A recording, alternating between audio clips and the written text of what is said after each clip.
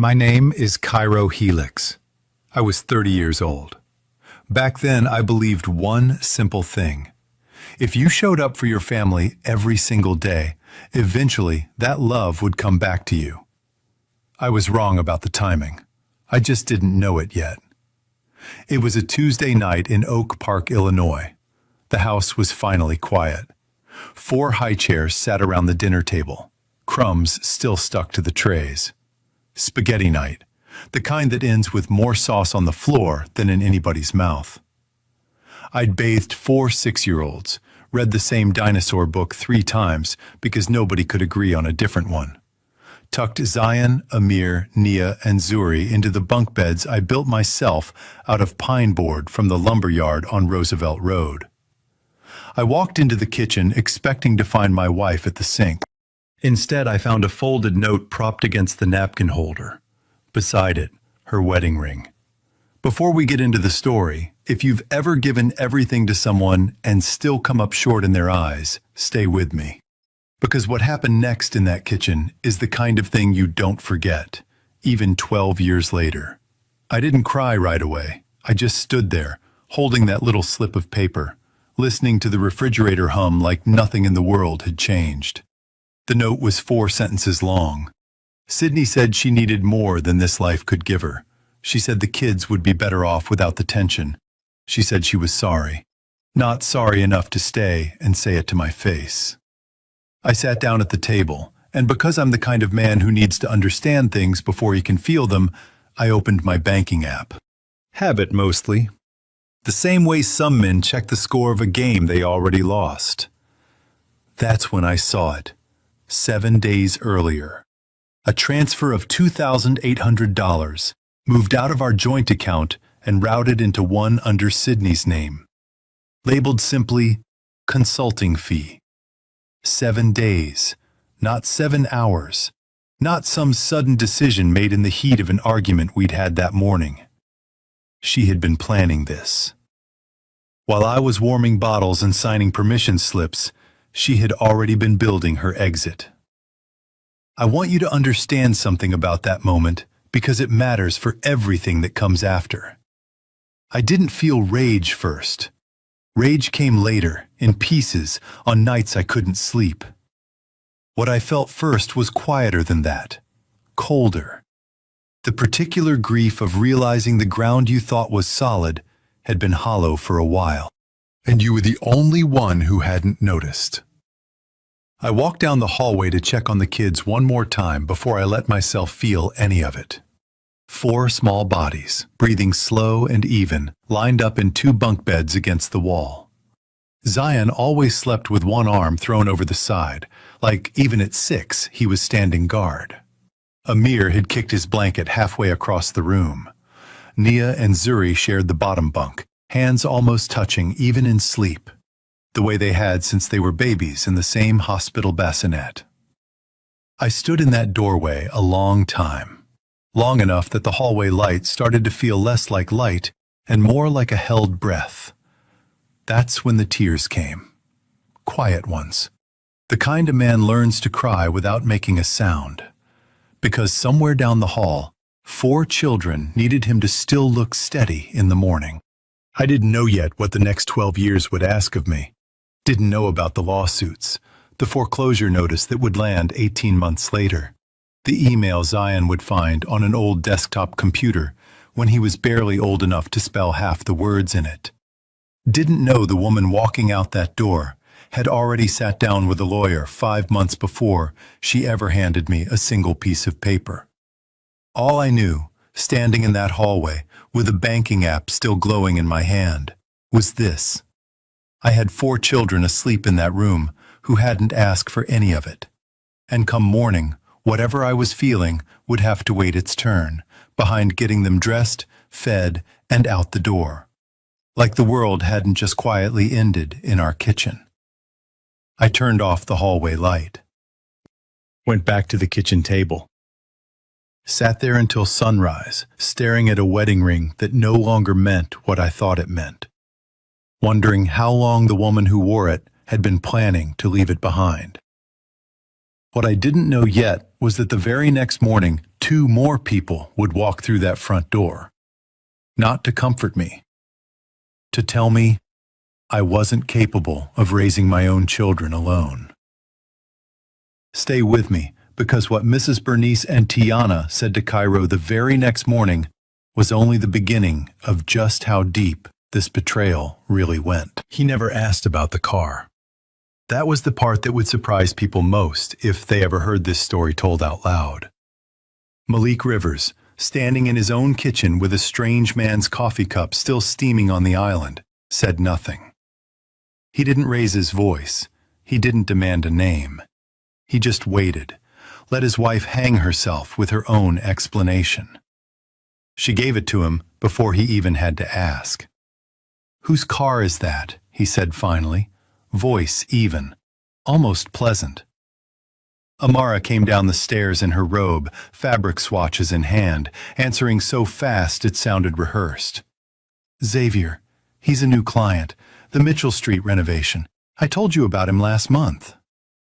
Malik nodded slowly. "You never mentioned his name to me, not once." He let the thought sit quiet behind his eyes, said nothing else. Went upstairs, undressed, stepped into the shower and let the water run hot down his back while a memory surfaced. 3 weeks old. A small thing he'd brushed past at the time. "Do you have the company's major client list? I need it for a mood board reference." At the time, it sounded like nothing. A wife asking her husband a work question over dinner. Now it sat in his chest like a stone. He turned off the water, dressed, picked up his phone, and called the one man in Atlanta who never asked unnecessary questions. "Ken," he said, "I need you to follow Amara, starting today." If you've ever had to act calm while your whole world was quietly falling apart, you already understand what the next several days cost Malik. Stay with me, because the evidence that came back wasn't just proof of an affair. It was proof of something far worse. Saturday morning, Malik made breakfast exactly the way he always did. Eggs, turkey bacon, fresh squeezed juice. He set Amara's plate down in front of her the way he had 1,000 mornings before. She sat across from him in her silk robe, talking about a design conference coming up in Miami next month. The keynote speaker, the hotel block rates, which clients she'd bring along. He listened, asked the right questions, poured her juice when her glass got low. But underneath the routine, he was watching everything. The way her eyes moved when she mentioned Miami. The way she didn't quite meet his gaze when she said clients, plural, without naming a single one. At 2 o'clock, Amara left for her usual Saturday yoga class. The moment her car cleared the gate at the end of the street, Malik picked up his phone and texted one word to Kendrick Hale. Started. That evening, the first report came through. A handful of photos, time-stamped, taken from across a parking lot in West Midtown. Amara, in a fitted cream blazer, standing close to a tall man in a tailored navy suit outside a glass front office building. No embrace, no kiss caught on camera. Just 2 people standing closer than 2 business contacts ever needed to. Underneath the photos, Kendrick had typed a line that hit harder than any image could. "This building was consulted on by your firm 8 months ago. Langston Group is now listed as the developer." Malik stared at his phone a long time, the kitchen quiet around him, the dishwasher humming through its cycle in the background. He had personally walked that property with his old client.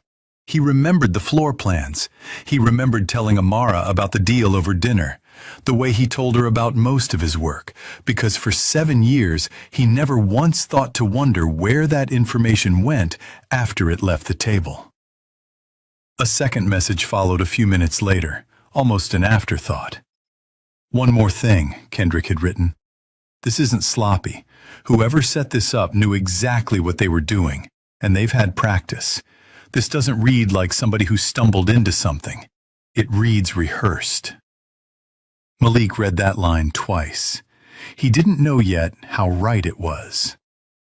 Monday morning, before his rescheduled flight to Chicago, Amara brought it up first. Easy, casual, the way she always delivered the things that mattered most. When you get back from Chicago, bring home the Riverpoint contract, would you? I want to look over some design ideas for a new client. Malik's hand paused over his coffee cup. 1 second. Riverpoint wasn't a project he had ever discussed with her in any real detail. Not the scope, not the client, not even the neighborhood it sat in. It lived entirely inside his office, behind a password she'd never once asked for. He nodded anyway, kissed her on the cheek at the door, got in the car and drove to the airport like nothing in the world had changed. On the flight to Chicago, he didn't sleep. He sat by the window, watching the clouds pass beneath the wing, running the last 7 years backward in his mind. Every late-night work call she'd taken in another room, every client dinner that ran past midnight, every question she'd asked that sounded like curiosity and was actually reconnaissance. By the time the plane landed, he already knew what he needed to do. He just didn't know yet how deep it would go.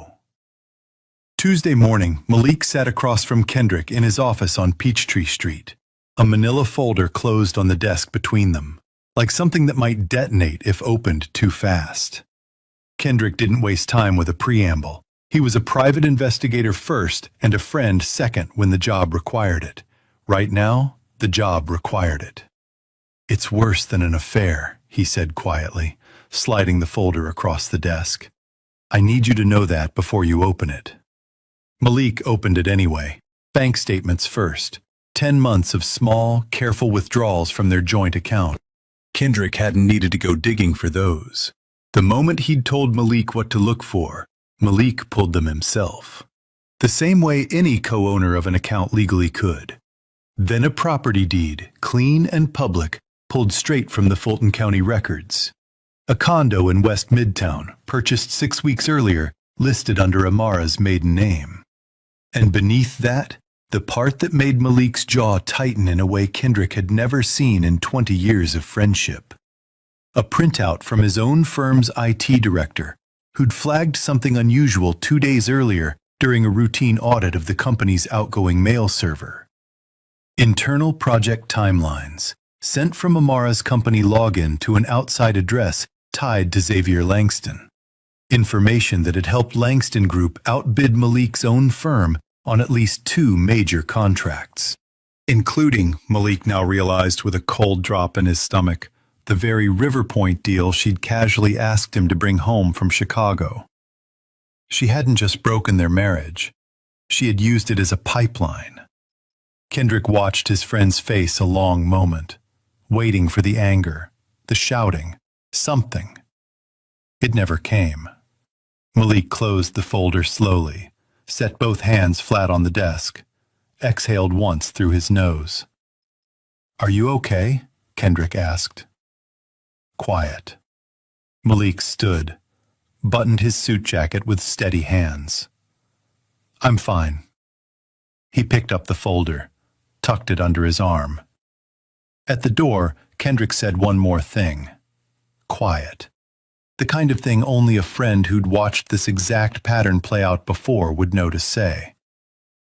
"Some people don't do this because they hate the person across from them, Malik. They do it because somewhere along the way, they got convinced you'd never actually leave." Malik paused, hand on the doorframe. He didn't answer, just nodded once. The words stayed with him longer than he expected. "Call Aisha Okoro for me," he said. "Today." Kendrick nodded and reached for his phone, already knowing, the way only an old friend could, that the quietest man in the room was about to become the most dangerous one in it. If you found Malik's folder, what would you do? Confront her that same night, or stay quiet and let the lawyer speak first like he did? Comment yes if you'd wait. Comment no if you'd confront her on the spot. The lawsuit dragged on for nearly 2 years after that night in my lawyer's office, eating every spare hour I had. I fought it during the day, Most nights, once the kids were finally asleep, I drove to a rented lab space above a hardware store on North Avenue and kept working on something else entirely. A targeted compound delivery method I'd been chasing since graduate school. The kind of long-shot research most people abandon once life gets complicated. The breakthrough came on a Thursday, at 2 in the morning, when I should have been asleep. The result worked. Not in theory, on the bench, in front of me. Repeatable 3 times in a row. 6 months later, I founded a company and put my own name on the door. Cairo Helix. 4 employees, a modest office in Hyde Park. Within a year, an investment group out of Boston, the same city I'd once turned down a job offer in, put real money behind the work. I want to tell you it was smooth after that. It was not. Xavier countersued almost immediately, using the original patent dispute to try to bleed the new company dry before it ever had a chance to stand on its own. For nearly 2 more years, every dollar Cairo Helix made went straight back out in legal fees. I refinanced our house twice. The same field microscope I'd refused to sell years earlier, the one Zion unknowingly talked me out of giving up the night he showed me that email, I finally let go of. Quietly, without telling any of them why.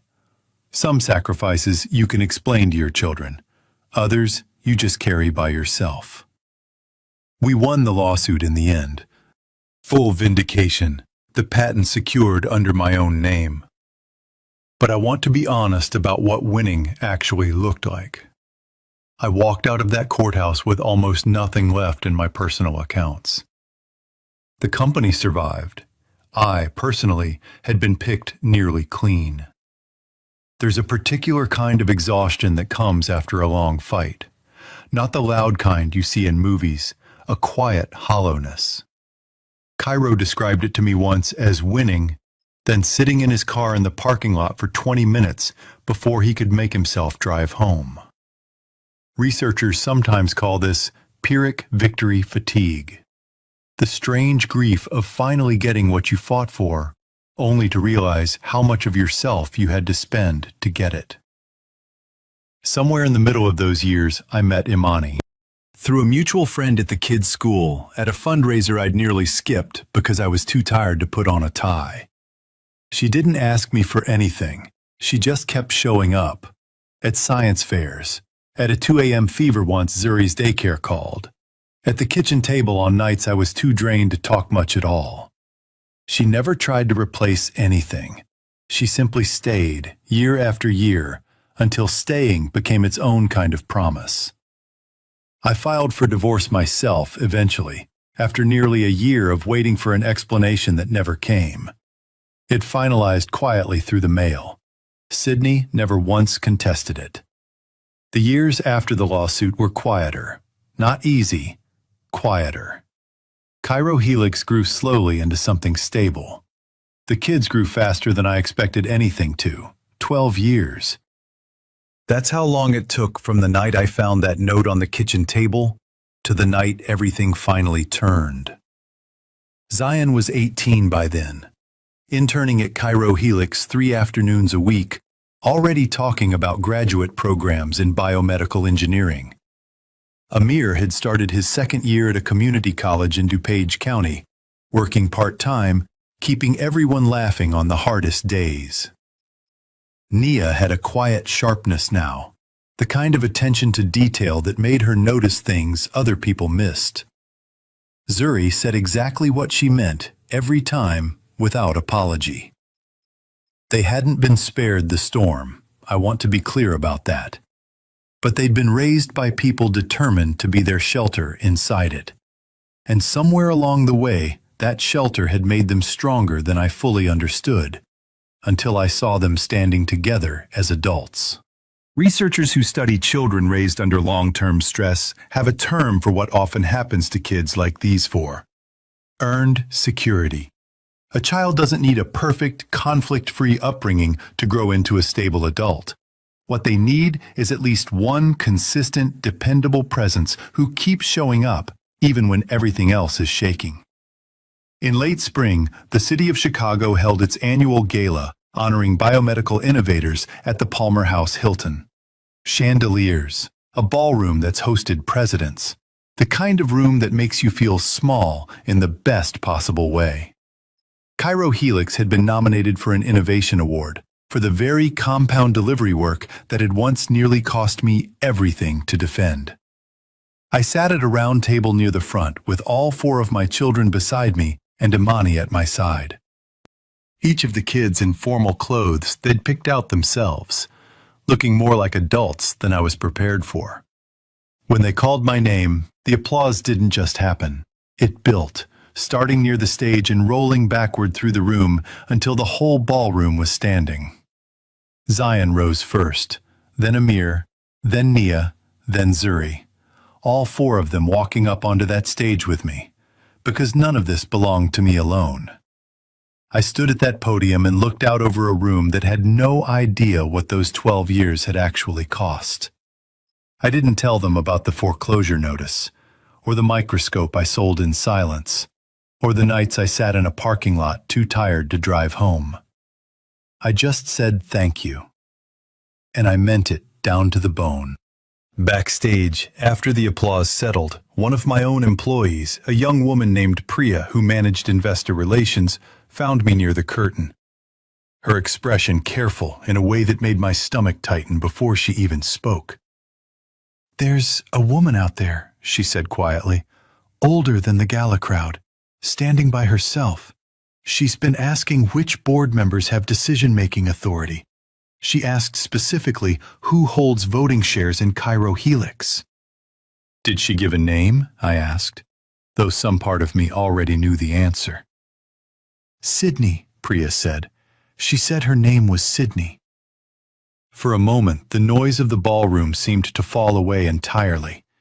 Sydney's very first question tells you almost everything about the 12 years that had passed for her, too. When a person spends a decade orienting their choices around personal gain instead of relationship, that orientation doesn't politely step aside once the room gets bigger. It returns to type, almost automatically. Her first instinct wasn't, "How are my children?" It was, "Who controls the money?" That isn't a coincidence. That's a pattern, finally caught in the act of repeating itself. 12 years of silence. 12 years of birthdays she hadn't called for. And the first thing she wanted to know wasn't how her children had grown up. It was, who controlled the money. I thought back to a kitchen table in Oak Park, 4 high chairs, a folded note beside a wedding ring. Some people don't really change. They just wait for the right room to walk back into. "Where is she now?" I asked. "Near the bar," Priya said. "With 2 other women. They're heading this way." I looked out past the curtain toward my 4 children standing together near our table. Adults now, steady now, watching the door with a stillness that told me they'd already noticed the same thing I had. Sydney was walking toward us, and this time I wasn't the only one in the room who knew exactly who she was. What happens next, when Sydney finally faces the 4 children she left behind, is the moment this entire story turns from heartbreak into something you won't forget. She found us near the edge of the dance floor, where the orchestra's noise softened just enough for conversation. Alone, I noticed. No sign of Xavier Kane anywhere in the ballroom. Sydney looked older than the woman in my memory. Not unkind years, just honest ones. The kind that show up around the eyes whether you're ready for them or not. Her hand trembled around the stem of a champagne flute she hadn't actually been drinking from. "Cairo," she said, her voice cracking on the second syllable of my name. I wanted to see them. I wanted to see my children." Beside me, Imani reached over and took my hand without a word, steady the way she'd been for years now. "You gave us life," Zion said before I could answer, his voice calm in a way that made it land harder than shouting ever could. 18 years old, standing the way he'd stood since he was 6. Like someone who'd appointed himself guardian of the people he loved a long time ago and never once stopped. Dad gave us a life. There's a difference. We figured that out a long time ago. Sydney's eyes filled instantly. I know I made mistakes. I was young. I was confused. I didn't know how to— You knew how to leave a note, Amir said quietly. He wasn't being cruel, just stating a fact he'd carried in his chest for 12 years and finally had a reason to set down. A trembling voice and visible tears can look, in the moment, exactly like remorse.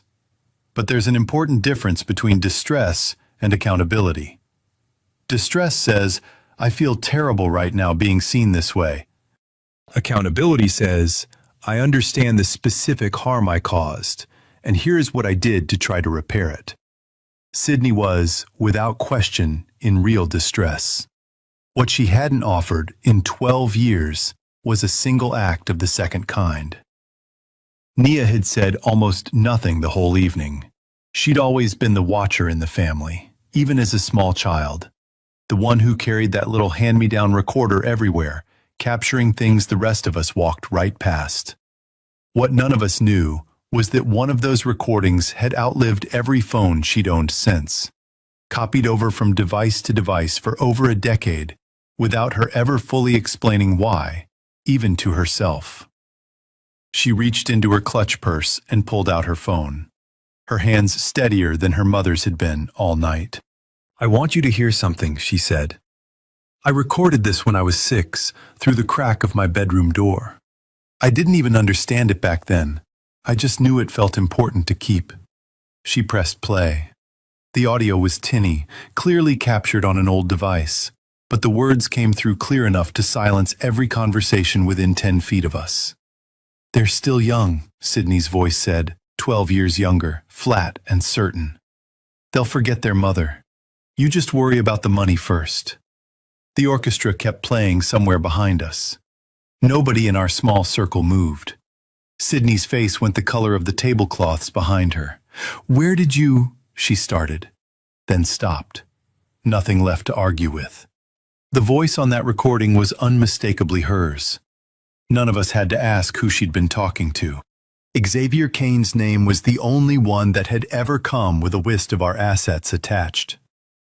I was 6, Nia said. I didn't even know what worry about the money first meant yet.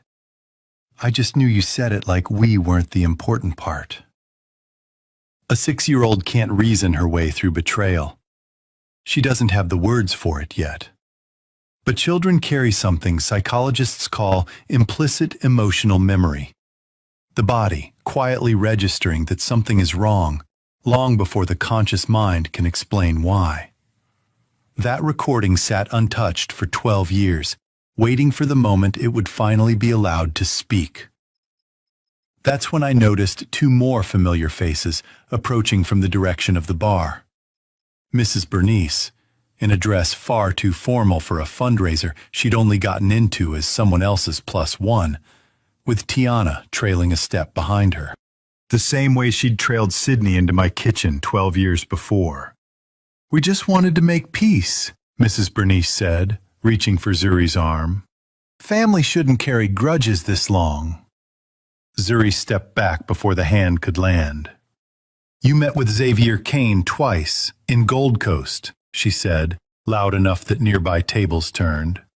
You handed him information about my father's company, while he was trying to keep our house. That's not a grudge, Mrs. Bernice. That's a fact with a paper trail. Mrs. Bernice's mouth opened, then closed. Nothing in her face that looked like denial, only the blankness of someone who never expected to be caught with receipts. Tiana said nothing at all. She just looked down at the marble floor, the same way she'd looked at her phone 12 years earlier, unwilling to meet anyone's eyes. Notice the word doing the heavy lifting in Mrs. Bernice's sentence. Peace. Real peace usually requires an honest accounting first. What she was offering instead was an exit from accountability, dressed up in pieces clothing, arriving only now that the consequences had already caught up with her. Sydney's composure finally broke. Not loudly. She didn't sob or make a scene. She just folded inward, smaller, the champagne flute slipping from her fingers and shattering quietly against the marble. "I didn't know it would go this far," she whispered, to no one in particular. "I didn't know it would still matter this much, this many years later." For 12 years, she had likely told herself some version of a story that let her live with her own choices. They were too young to remember. It didn't really hurt them. "I'll make it right eventually." Hearing her own voice played back to her, in front of the children she'd convinced herself had forgotten, didn't just embarrass her. It removed the last comfortable version of events she had left to stand on. "That's the part I think you never understood," I said, speaking for the first time since she'd approached. My voice wasn't raised. It didn't need to be. It was never about how much it mattered to me. It mattered to them. Every single day, whether you were thinking about it or not. I looked at my 4 children, standing shoulder to shoulder the way they had since they shared one hospital bassinet. Then at Imani, who had quietly held this family together with patience nobody had ever asked her to give. I took her hand fully in mine, in front of the entire ballroom. I felt no triumph in that moment, only a kind of tiredness that had been 12 years in the making. There wasn't much room left in me for anything but my own family. "We're going to go now," I said. Security, alerted by the broken glass and the small crowd that had gathered, arrived within the minute. I didn't ask them to intervene, they simply did their job. Quietly walking Sydney, Mrs. Bernice, and Tiana toward the side entrance while the orchestra played on, unaware that an entire chapter of someone's life had just closed 20 feet from the dance floor. We left through a different door, the 5 of us, plus Imani.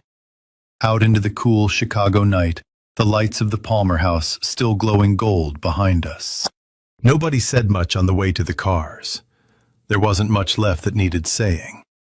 What came after that night? The quiet dinner, the words Zion finally asked his father, and the moment 2 daughters called a woman mom for the very first time, is where this story finds its true ending. I think about Cairo's story often. I want to be honest with you about why. It would have been easy to tell you this story ends with Cairo rich and Sydney poor. Some grand courtroom reversal where she loses everything and he gains it all back tenfold. That's the ending a lot of these stories reach for. It's satisfying in the moment. It doesn't sit with you very long afterward. That's not how this one ends. This one ends with a man who still drives the same kind of practical sedan he's always driven, who still eats deep dish pizza in the same back booth his family has gone to since the kids were small enough to need a booster seat, who still has a company he built with his own 2 hands during the hardest years of his life. It ends with 4 children, Zion, Amir, Nia, and Zuri, who aren't famous, aren't wealthy by any extraordinary measure, but who are whole, steady, kind to each other in the easy, unforced way that only comes from having genuinely needed each other once. And it ends with Imani, a woman who chose, over and over again for 6 quiet years, to show up for a family that wasn't biologically hers. Until the day 2 daughters who weren't biologically hers either looked at her and called her exactly what she'd already become. That, to me, is the real ending. Not a courtroom, a pizza booth. Cairo told me something once I haven't been able to stop thinking about. He said, when you're betrayed, you really only have 2 choices. You can become the victim of what happened to you, or you can become the builder of what happens next. I chose to build, not for revenge, because 4 children were watching me every single day to see what kind of man their father was actually going to be.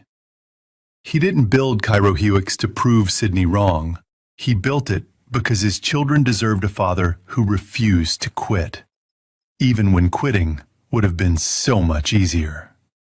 Even when nobody but 4 small kids in bunk beds would have ever known the difference. I think about the blood versus family question this story keeps circling back to, because I suspect a lot of you listening have wondered about it yourselves, in quieter ways, over the years. You cannot choose the person who gave birth to you. Sydney gave Zion, Amir, Nia, and Zuri life. Nobody in this story has ever denied her that.